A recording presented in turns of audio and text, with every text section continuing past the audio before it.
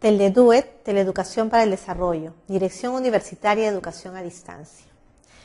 Queridos amigos, el día de hoy vamos a disertar respecto del curso de Derecho Jurisdiccional.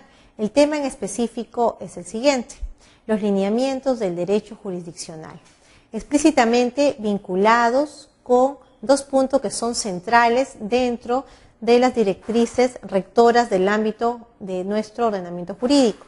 Me estoy refiriendo específicamente a la independencia e imparcialidad en el ejercicio de la función jurisdiccional. ¿Por qué? Porque son derechos básicos, son pilares que van a servir a lo largo de todo el proceso y hasta el final. ¿Por qué? Porque involucrará un reconocimiento de derechos de cualquiera de las partes que hayan accionado, siempre y cuando ello corresponda. La independencia y la imparcialidad en la función jurisdiccional es una de las principales manifestaciones del contenido constitucional. ¿Por qué? Porque involucra lo que representa el debido proceso. Sabemos que a lo largo de todo proceso tenemos que contar con garantías rectoras, con principios que permitan orientar un buen proceso. Por ejemplo, el principio de legalidad. No puede haber, imaginemos pues, un caso de proceso penal sin que exista este principio. Si no existiera, no habría ese lineamiento básico de que el tipo penal que se está desarrollando constituya un delito o una probabilidad de delito. Tampoco podría darse el caso si no existiera el principio de la presunción de inocencia. Una persona no puede ser considerada responsable hasta que eso no se haya determinado al interior y al final del proceso. Bien, entonces el debido proceso representa ello: contar con principios básicos, pero también representa contar con garantías que se tengan que dar a lo largo de toda la secuela del proceso, incluso a nivel de una investigación. Por ejemplo, la presencia del representante del Ministerio Público es de suma importancia dentro de un proceso. Por ejemplo, la presencia del abogado defensor. No podemos concebir un proceso sin que exista un abogado de defensa que asista a las partes que intervienen en un proceso. En ese sentido, entonces, la doctrina, la jurisprudencia del Tribunal Constitucional, incluso la Corte Interamericana y la Comisión Interamericana de Derechos Humanos han explicado la dimensión y además la diferencia que existe entre la independencia y la imparcialidad. Y esta debe además significar una orientación que no solo está destinado para los magistrados, sino también para los justiciables, aquellos que van a pedir el reconocimiento de un derecho, y también para el efecto de lograr una buena credibilidad del sistema de justicia dentro del contexto del ordenamiento de cada país. Bien, en ese sentido entonces la Constitución Política del Estado, y partiendo desde un contexto internacional, la Declaración Universal de los Derechos Humanos y la Convención Americana de Derechos Humanos consideran al tema de independencia e imparcialidad como derechos humanos que los estados tienen el deber de garantizar. Es decir, es función del Estado garantizar que cada proceso se desarrolle con independencia, con imparcialidad.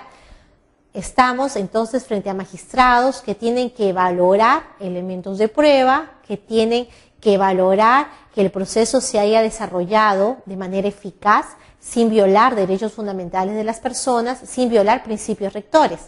En el mismo sentido también está la Constitución Política del Estado, que establece varios principios y derechos de la función jurisdiccional, que justamente están orientadas a velar por el tema de independencia y ejercicio correcto de la función jurisdiccional.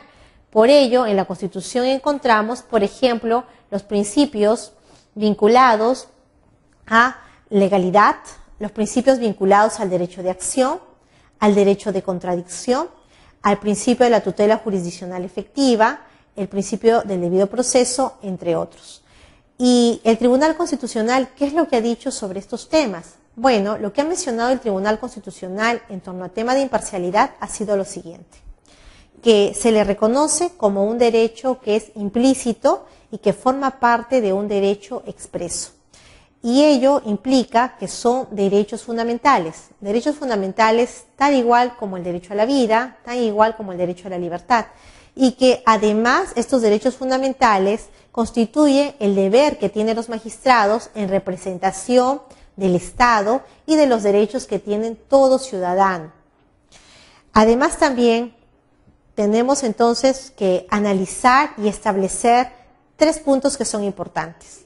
Primero, que para los estados es un deber el tener que garantizar que los jueces y que los tribunales ejerzan la función jurisdiccional con imparcialidad y con independencia.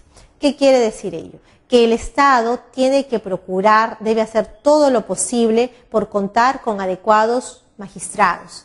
Por ello se entiende el tema de evaluación a los magistrados a través del Consejo Nacional de la Magistratura. Por ello se entiende también el sistema de ratificación a esos magistrados. El hecho de tener que evaluar problemas que se les han tenido que presentar a estos magistrados por casos administrativos, temas de control interno, temas de la ODIGMA, de la ODEGMA, o también procesos constitucionales en los cuales se hayan visto envueltos. También tenemos que tener en cuenta que para los jueces y para los tribunales el ejercicio de la función jurisdiccional con independencia y con imparcialidad es un derecho, pero a la vez es un deber. ¿En qué sentido es un derecho para el magistrado? Es un derecho porque todo magistrado tiene que actuar con autonomía, con liberalidad, con libre albedrío en cuanto a cada caso que se le presente. Es decir, el magistrado tiene el derecho de poder accionar utilizando mecanismos, técnicas, la doctrina, la jurisprudencia, las mismas pruebas para tomar una decisión, pero también tiene un deber, y ese deber es que al final se va a traslucir en el pronunciamiento de una sentencia, previa evaluación de todos estos elementos que acabo de mencionar. Es decir, para el magistrado hay un deber claro, el deber de resolver una incertidumbre jurídica, pero también hay un derecho, el derecho de que se le deje actuar con independencia, aun cuando haya un cuerpo jerarquizado, haya un organigrama, haya primera y segunda instancia, el magistrado debe necesariamente resolver con independencia sin que existan elementos externos que lo puedan perturbar. Y también está el tema de lo que señalan las personas naturales y jurídicas, es decir, que estas personas también tienen derecho. Y el derecho que tienen es que estos magistrados, es que estos tribunales actúen de manera acertada, con esta independencia y con esta imparcialidad que los debe de caracterizar. ¿Por qué? Porque es un derecho fundamental que tiene todo ciudadano. Me explico. Si el ciudadano acude ante el órgano jurisdiccional es porque busca el reconocimiento de un derecho. Y a lo largo de todo el proceso está a esperas de que se le reconozca el derecho. Es parte de su accionamiento porque la Constitución lo señala, está el derecho de acción. La otra parte también podrá ejercerlo a través del tema de la contradicción. Por ello se señala que tanto la persona natural como jurídica tiene en ejercicio un derecho fundamental. Está a espera del reconocimiento de su conflicto de intereses o de su incertidumbre jurídica. Bien, entonces podemos establecer 2 planos. Uno de la independencia en el ejercicio de la función jurisdiccional. Y el otro vinculado a la imparcialidad en el ejercicio de la función jurisdiccional. Sobre el primer punto, independencia en el ejercicio de la función jurisdiccional. Para el Tribunal Constitucional, máximo intérprete de nuestra Constitución, existen 2 niveles de independencia. Por un lado, la independencia institucional y por otro lado, la independencia del magistrado en el ejercicio de la función. En cuanto a la independencia institucional, se entiende que el Estado otorga al magistrado las facultades necesarias para que pueda resolver cada caso en concreto. Aquí no puede haber intervenciones de otros organismos estatales o privados. ¿Por qué? Porque esto afectaría la imagen de la institución, es decir, de todo el Poder Judicial, ¿no? Es muy importante mantener una buena imagen a nivel institucional. Es decir, que haya un respeto a nivel de cada instancia al interior del Poder Judicial, pero que el respeto también venga de los órganos que son parte del Estado y aquellas incluso entidades que son privadas. Por otro lado, la independencia del magistrado en el ejercicio de la función jurisdiccional. Como mencionaba hace un momento, el magistrado debe necesariamente actuar en función a su criterio, en función a las orientaciones que da la doctrina, en función a las orientaciones que da el Tribunal Constitucional, en función a los elementos de pruebas que tenga en el proceso. Y en base a todo ello, el magistrado tiene que valorar cada caso en concreto. Puede darse el caso que muchos temas puedan parecerse. Sin embargo, cada caso es distinto al otro y en consecuencia el magistrado tiene que analizar rigurosamente cada caso y resolverlo conforme a su criterio de conciencia. Bien, además también tendríamos que considerar el desarrollo a este principio de independencia. ¿Qué es lo que comprende? En realidad, este principio de independencia comprende lo siguiente. Primero, que constituye la médula de la función jurisdiccional. Como dije hace un momento, es la célula básica. ¿Por qué? Porque a través de la independencia el magistrado va a actuar correctamente siguiendo principios rectores, siguiendo garantías procesales constitucionales. Además también está la capacidad autodeterminativa para poder declarar el derecho. Lo declarará juzgando a través de las sentencias, pero también ejecutando, es decir, procurando el cumplimiento de esas sentencias. Una sentencia es buena para poder establecer el reconocimiento de un derecho, pero es mucho más efectiva cuando se logra realizar en el caso concreto. Me explico con un ejemplo. Si estamos frente a una sentencia que determina responsabilidad en una persona, pongámosles 4 años de pena privativa de libertad y como monto de reparación civil 500 nuevos soles, significa que esta sentencia quedará siendo efectiva a través de su ejecución cuando la persona cumpla con esta sanción y cuando esta persona pague el monto indemnizatorio determinado, establecido por ese magistrado. Caso contrario, carecería de objeto. Entonces, la sentencia debe ser cumplida, ejecutada. Además está el tema del albedrío funcional. El albedrío funcional no es otra cosa más que la decisión que toma el magistrado, previa evaluación externa del contenido del expediente y previa evaluación interna, discernimiento a través de doctrina, jurisprudencia y otros materiales que tenga el magistrado que analizar. También está la exigencia de que el legislador tenga que adoptar medidas necesarias y oportunas. ¿Para qué?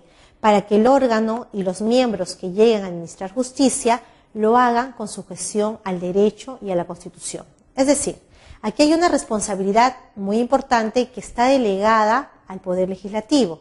El Poder Legislativo tiene la función de brindar leyes, no cualquier ley, sino leyes que se ajusten al contexto social, leyes que requiera la sociedad, leyes con las cuales los magistrados tendrán que utilizar como herramientas para resolver cada caso en concreto. También está el hecho de que se deba de percibir como la ausencia de vínculos de sujeción política o de procedencia jerárquica al interior de una organización judicial. ¿Qué quiere decir esto? No puede haber ningún tipo de interferencia. Hace un momento lo mencionaba, ni interferencia externa ni interferencia interna. Quiere decir que lineamientos políticos es muy aparte de las decisiones que tenga que tomar el magistrado. Tampoco puede el magistrado someterse al orden jerárquico. Cada magistrado actúa en función a su competencia y decide sobre cada caso. También están 2 dimensiones que se deben tomar en cuenta, la independencia interna y la independencia externa. La independencia interna obedece al albedrío que tenga el magistrado, a la decisión que asuma el magistrado, analizando previamente los elementos que se le hayan presentado en cada caso. Y la independencia externa obedece al factor de decisión que tiene ese magistrado. Y por otro lado está el tema de la imparcialidad en el ejercicio de la función jurisdiccional. La imparcialidad también es un componente importante de la función jurisdiccional. ¿Por qué? Porque va a vincular la liberalidad de actuación que tenga el juez frente a las partes, a la parte demandante, a la parte demandada, a la parte que ha denunciado, a la parte que está siendo imputada. Y también frente al objeto del proceso mismo. El objeto del proceso mismo, por ejemplo, en materia civil, es dilucidar el conflicto de intereses o incertidumbre jurídica. En materia penal es determinar la responsabilidad o irresponsabilidad de la persona que está siendo sometida a proceso. Entonces se entiende que esta imparcialidad obedece estrictamente a 2 acepciones. Una imparcialidad subjetiva, y una imparcialidad objetiva. ¿En qué consiste la primera? La imparcialidad subjetiva atañe al compromiso que tiene el juez para resolver cada caso en concreto. ¿Cuál es el compromiso del juez? El compromiso del juez es tener que analizar cada prueba, tener que ver la veracidad de esa prueba, si estamos frente a una prueba ilícita, a una prueba prohibida, a una prueba que cumple con los lineamientos constitucionales y procesales para poder evaluarla. Y finalmente sobre ello tomar una decisión. Y la imparcialidad objetiva está referida a la influencia negativa que puede tener el juez en la estructura del sistema, restándole actos de imparcialidad.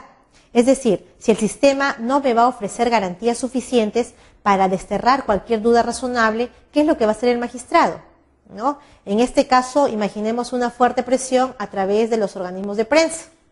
Imaginemos una fuerte presión a través de las autoridades superiores. Imaginemos una mala imagen a nivel de la institución, del Poder Judicial. Entonces, en estos casos, esos factores pueden ejercer una influencia negativa en el magistrado y ello no se puede permitir. Entonces, la imparcialidad, ¿qué es lo que busca? Lo que busca es garantizar que el juez se encuentre en la mejor situación psicológica y anímica para que pueda emitir un juicio. No cualquier juicio, sino un juicio objetivo sobre un caso concreto, que obviamente le ha sido planteado y que obviamente ha sido sometido a un proceso. La credibilidad es un factor, mencioné al inicio, muy importante. Es importante contar con credibilidad y con una buena imagen institucional. Si no tenemos el tema de credibilidad e imagen adecuada dentro de nuestro ordenamiento social, dentro de la óptica y la visión que tenga cada ciudadano, entonces hay un desmerecimiento, un desgastamiento de uso. El ciudadano no va a confiar en esa institución, no va a confiar en ese poder judicial y empezará a realizar acciones de propia mano. Por ello es malo que el Estado no se preocupe por el tema de la credibilidad y la imagen institucional. Son factores muy importantes. Nos encontramos frente a un poder del Estado, el Poder Judicial, y entonces el límite a la voluntad y a la independencia del magistrado es que éste se encuentre sometido a la Constitución, sometido a las leyes, pero no implica que esté sometido a decisiones de terceros, no, porque su actuación tendrá que ser pura, libre, con decisión en facultad de los usos de las normas que acabo de mencionar. La sociedad entonces, dentro de lo ideal, no debe desconfiar de la actuación que tenga que ejecutar este Poder Judicial. Debe proyectarse con ecuanimidad, con objetividad, con rectitud, y que las personas finalmente encargadas de administrar justicia lo hagan, pero lo hagan con argumentos sólidos, sin violar y sin afectar principios rectores y garantías constitucionales. Ese es el gran objetivo que se tiene que trazar el Estado. Como podemos ver entonces, imparcialidad, independencia, credibilidad e imagen institucional, todos ellos se encuentran íntimamente ligados. Corresponde al Estado dar esos lineamientos para poder tener estos pilares básicos y poder garantizar y sobre todo dar confianza a la sociedad de que los procesos se están ejecutando conforme a ley. En ese sentido, entonces, las conclusiones que podríamos arribar serían las siguientes: que requerimos de un magistrado independiente e imparcial. ¿Por qué? Porque es la causa adecuada para que se pueda garantizar el debido proceso. El debido proceso que involucra cumplimiento de principios procesales, de principios constitucionales, de garantías, de derechos fundamentales que tiene toda persona. Y obviamente este acto de independencia e imparcialidad que va a garantizar este debido proceso va a llevarnos a que se realice una tutela jurisdiccional, pero no cualquier tutela jurisdiccional, sino una tutela jurisdiccional efectiva. Además, también tenemos que tener en cuenta que en un Estado democrático y de derecho es indispensable contar con la confianza en el correcto ejercicio de esa función jurisdiccional. Es básico. para poder alcanzar un clima de paz social y de convivencia entre los ciudadanos. Recordemos que justamente la finalidad del derecho es alcanzar la justicia. Sabemos que la justicia es utópica, pero si damos los lineamientos básicos, respetamos esos principios, esas garantías, esos derechos fundamentales, nos acercaremos más a la justicia. Agradezco a todos ustedes por el discernimiento que hemos podido brindar el día de hoy. Gracias.